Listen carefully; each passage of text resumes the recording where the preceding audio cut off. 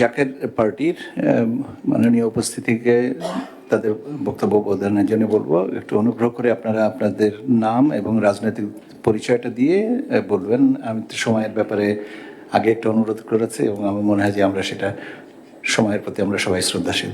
ধন্যবাদ। জাকের পার্টি। আসসালামু আলাইকুম। আমি শামীম হায়দার, মহাসচিব জাকের পার্টি। আজকে কিছু বলার শুরুতেই প্রথমে মাননীয় প্রধান নির্বাচন কমিশনার এবং তার অধীনস্থ নির্বাচন কমিশনকে ধন্যবাদ জানাবো জাকের পার্টিকে আজকে আমন্ত্রণ জানানোর জন্য। মাননীয় প্রধান নির্বাচন কমিশনার অনেক সুন্দর করে ছোট্ট করে বলে দিলেন যে রাজনৈতিক দলগুলির প্রভাব, আচরণ বিধি মেনে চলার আহ্বান, সব কিছুই সুন্দর। একটা বিষয় খুবই জরুরি, আমাদের মানব দেহের প্রত্যেকটা অর্গানই গুরুত্বপূর্ণ। সব কিছু মস্তিষ্ক থেকে শুরু করে আপনি যা যা বলেন প্রত্যেকটা অর্গান খুবই গুরুত্বপূর্ণ, কিন্তু সবচাইতে যেটা জরুরি সেটি হচ্ছে আপনার হার্ট, হৃৎপিণ্ড। যদি ঠিকমতো কাজ না করে সব কিছুই বিকল, সব কিছুই অচল। এত সুন্দর সুন্দর আচরণ বিধিমালা তৈরি করা হয়েছে, এই আচরণ বিধিমালার উপরে জাকের পার্টি আস্থা রাখতে চায়। তবে যেটা অত্যন্ত পরিতাপের বিষয়, গত 54 বছরে আমরা যেটা দেখলাম সেটা আজকে এখানে বলতেই হবে, যেহেতু পরিবেশ আছে বলতেই হবে। সেটি হলো যে আমরা যত ধরনের নির্বাচনী আইন কানুন যাই করি না কেন, যত সুন্দর সুন্দর শব্দমালায় থাকুক না কেন, কিন্তু ভোটের মাঠে যখন নির্বাচনী তফসিল ঘোষণা হয় অথবা বড় বড় রাজনৈতিক দলগুলি যখন নির্বাচনী প্রক্রিয়া শুরু করে, তখন দেখা যায় যে দুইটি বিষয়, দুইটি উপাদান নির্বাচনকে মারাত্মকভাবে প্রশ্নবিদ্ধ করে।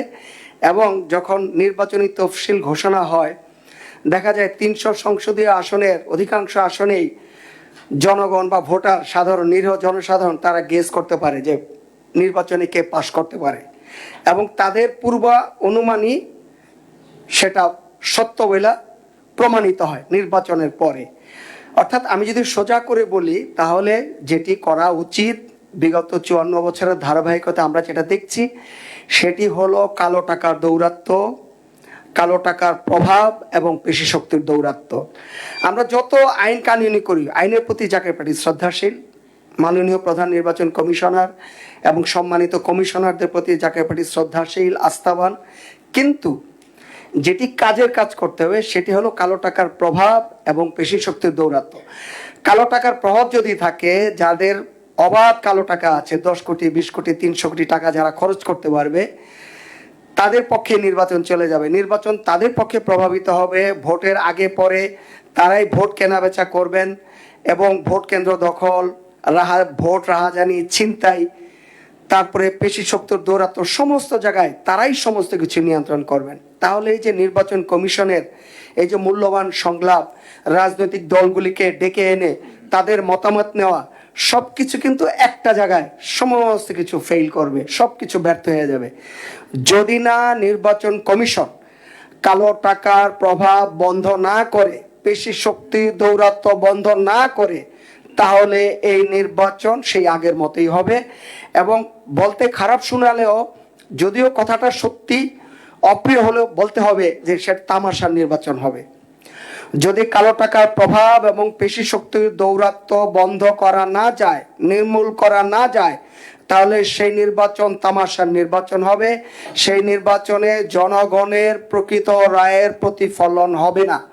আর এখানে একটা কথা বলতে হচ্ছে প্রাসঙ্গিকভাবে, যে আমাদের দেশের জনগণ, বিশেষ করে যারা তরুণ ভোটার, যারা প্রথমবারের মতো ভোটার হয়েছেন বা 4 বছর আগে হয়েছেন, যাদের প্রত্যক্ষভাবে ভোটদানের সুযোগ হয়নি, ভোট দেওয়ার যে একটা রোমাঞ্চ, একটা অভিজ্ঞতা, একটা উৎসবমুখর পরিবেশ, সেটা থেকে তারা বঞ্চিত হয়েছে। তাই এই ধরনের 5.5 কোটি ভোটার আছেন যারা এবার প্রথমবারের মতো ভোট দিবেন, তাদের ভোটটা যদি তাদের স্বপ্নের ভোট না হয়, তাহলে পরবর্তী নির্বাচনগুলি কেমন হবে আর কেমন সরকারি গঠন হবে সেটা অনুমান করতে আমাদের খুব একটা কষ্ট হয় না। তাই আমাদের মাননীয় প্রধান নির্বাচন কমিশনারের মাধ্যমে নির্বাচন কমিশনের প্রতি অনুরোধ থাকবে যদি সত্যিকার অর্থেই একটি স্বচ্ছ, গ্রহণযোগ্য, বিতর্কমুক্ত, নিরপেক্ষ, অংশগ্রহণমূলক, অন্তর্ভুক্তিমূলক, উৎসবমুখর নির্বাচন নিশ্চিত করতে হয়, তাহলে যে কোনো মূল্যে আসন্ন জাতীয় সংসদ নির্বাচনে কালো টাকার প্রভাব সম্পূর্ণভাবে বন্ধ করতে হবে, চিরতরে নির্মূল করতে হবে। পেশি শক্তির দৌরাত্ম্য সম্পূর্ণভাবে নির্মূল করতে হবে। তাহলেই সত্যিকারের নির্বাচনের পরিবেশ তৈরি হবে। আর নির্বাচন কমিশন বিধিবদ্ধ যে নতুন আরপিওতে যে একটা সীমারেখা দেওয়া হয়েছে 25 লাখ টাকা সর্বোচ্চ ব্যয় করতে পারবে, এটা কঠোরভাবে নিয়ন্ত্রণ করতে হবে। প্রয়োজনে নির্বাচন কমিশনকে স্বাধীন তদন্ত কমিশন গঠন করতে হবে। যদি প্রতিদ্বন্দ্বী রাজনৈতিক দল, প্রতিদ্বন্দ্বী সংসদীয় প্রার্থীরা যদি কোনো সুনির্দিষ্ট অভিযোগ এই ব্যাপারে ও জাতীয় একটা যে স্বাধীন তদন্ত কমিশন হবে, নির্বাচন কমিশন বরাবরে তারা যদি অভিযোগ দেয়, স্বাধীন তদন্ত কমিশন যাতে যত দ্রুত সম্ভব তার ফয়সালা করে নির্বাচনের পরিবেশটা সুন্দর রাখে, নির্বিঘ্ন রাখে, নির্বাচনের যে একটা আবহ সেটা যেন মসৃণ রাখে, সেটা হবে নির্বাচন কমিশনের অন্যতম একটি প্রধান দায়িত্ব। আর আচরণবিধি মেনে চলার কথা বলা হয়েছে। জাকের পার্টি অবশ্যই আমরা 300 সংসদীয় আসনে প্রার্থী দিতে প্রস্তুত আছি, আমাদের সেই প্রস্তুতি আছে।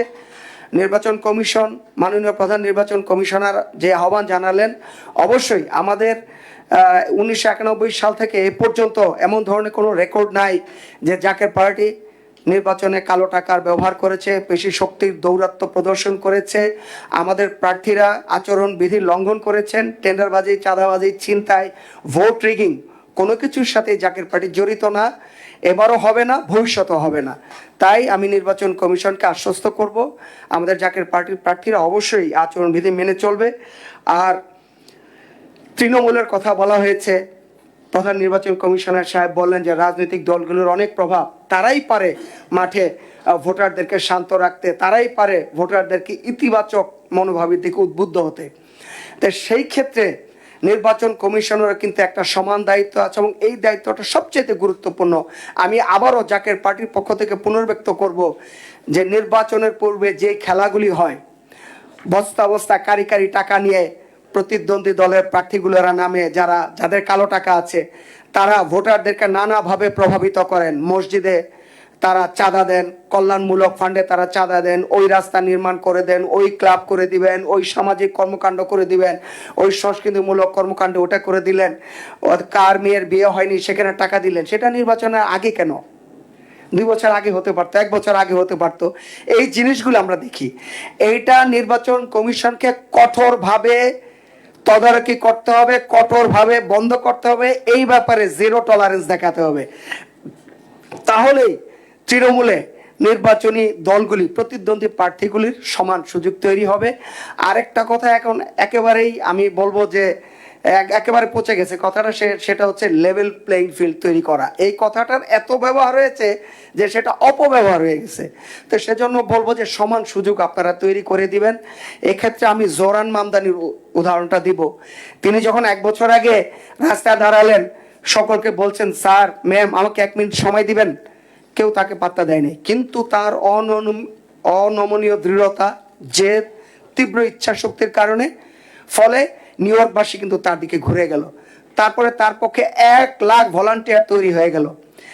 মাননীয় প্রধান নির্বাচন কমিশনের কাছে আহ্বান থাকবে সেই ধরনের একটা নির্বাচনের ব্যবস্থা করে দেন, যে জাকের পার্টি বা অন্যান্য রাজনৈতিক দল তারা যখন টাকা ছাড়া, কালো টাকার প্রভাব ছাড়া জনগণের দ্বারে দ্বারে যাবে, ভোটারদের দ্বারে দ্বারে যাবে, তখন যেন প্রতিদ্বন্দ্বী বড় দলগুলো তারা যেন কোনোভাবেই এই সকল প্রার্থীদের উপরে, এই সকল দলের উপরে চড়াও না হয়, তাদের উপরে হামলা না করে, তাদের জনপ্রিয়তা, তাদের গ্রহণযোগ্যতার উপরে হিংসার বশবর্তী হয়ে তারা যেন গুন্ডা পান্ডা লেলিয়ে না দেয়, এটা নির্বাচন কমিশনকে অবশ্যই অবশ্যই নিশ্চিত করতে হবে। আর যদি যারা কালো টাকাধারী তারাই যদি নমিনেশন পায়, তারাই যদি নির্বাচন করতে পারে, তাহলে যারা বৈধ আয়ে যে সমস্ত সৎ মানুষ আছেন, যে সমস্ত সৎ প্রার্থী আছেন, যে সমস্ত শিক্ষিত মেধাবী, রাজনীতি যাদের পেশা নয়, মানব সেবা, দেশ সেবায় যারা নিজেদেরকে উৎসর্গ করতে চান, সেই ধরনের রাজনৈতিক দল, সেই ধরনের প্রার্থীরা কিন্তু সুযোগ পাবে না। সেই 54 বছরের ধারাবাহিকতাই হবে যদি সত্যিকারের সাধারণ মানুষ, অর্থাৎ যারা দেশকে সার্ভ করতে চায়, যারা রাজনীতিকে মনে প্রাণে সেবা হিসেবে নিতে চায়, জনগণের সেবার চিন্তায় পরিকল্পনায় যাদের ঘুম হয় না, সেই ধরনের প্রার্থীদের নির্বাচনে নির্বাচিত হওয়ার পরিবেশ করে দিতে হবে নির্বাচন কমিশনকে। সেটা সম্ভব হবে যদি 25 লাখ টাকার ব্যয় সীমা সত্যিকার অর্থে কঠোরভাবে নিয়ন্ত্রণ করা হয়। আর আইন শৃঙ্খলা পরিস্থিতি আপনারাও জানেন, আমরাও জানি। এখানে অবশ্যই খেয়াল রাখতে হবে যে নির্বাচনে প্রতিদ্বন্দ্বী প্রার্থীকে ঠেকানোর জন্য হয়রানিমূলক মিথ্যা মামলা, প্রতারণামূলক মামলা, প্রহসনমূলক মামলা, এই মামলাগুলো যাতে না হয় নির্বাচন কমিশনকে সেই ব্যবস্থা সুনিশ্চিত করতে হবে। একই সাথে নির্বাচনের দিন বা নির্বাচনের পূর্বে আইন শৃঙ্খলা রক্ষাকারী বাহিনী যারা দায়িত্বে থাকবেন, নিরপেক্ষতা বজায় রাখার জন্য, আইন শৃঙ্খলা পরিস্থিতি নিয়ন্ত্রণে রাখার জন্য, একটি সুষ্ঠু সুন্দর পরিবেশ বজায় রাখার জন্য তারা যাতে কোনো দিকে পক্ষপাতিত্ব না করেন, তারা যাতে নিরপেক্ষ থাকেন। আর প্রতিদ্বন্দ্বী দলগুলোকে যেন তাদের দলের চেহারা না দেখা হয়, দলের কলেবর দেখা না হয়। আর 1 মিনিট আমি বলবো, সকল দলের জন্য যেন মিডিয়া অ্যাক্সেস, মিডিয়াতে সকল দলের জন্য যেন সমান অংশগ্রহণ থাকে, সকল দলের জন্য যেন সমান সময় বরাদ্দ থাকে, সকল দলের কথাই যেন বলতে দেওয়া হয়, নতুবা নতুন রাজনৈতিক শক্তি উঠে আসবে না, নতুন রাজনৈতিক নেতৃত্ব পরীক্ষিত হবে না। ধন্যবাদ।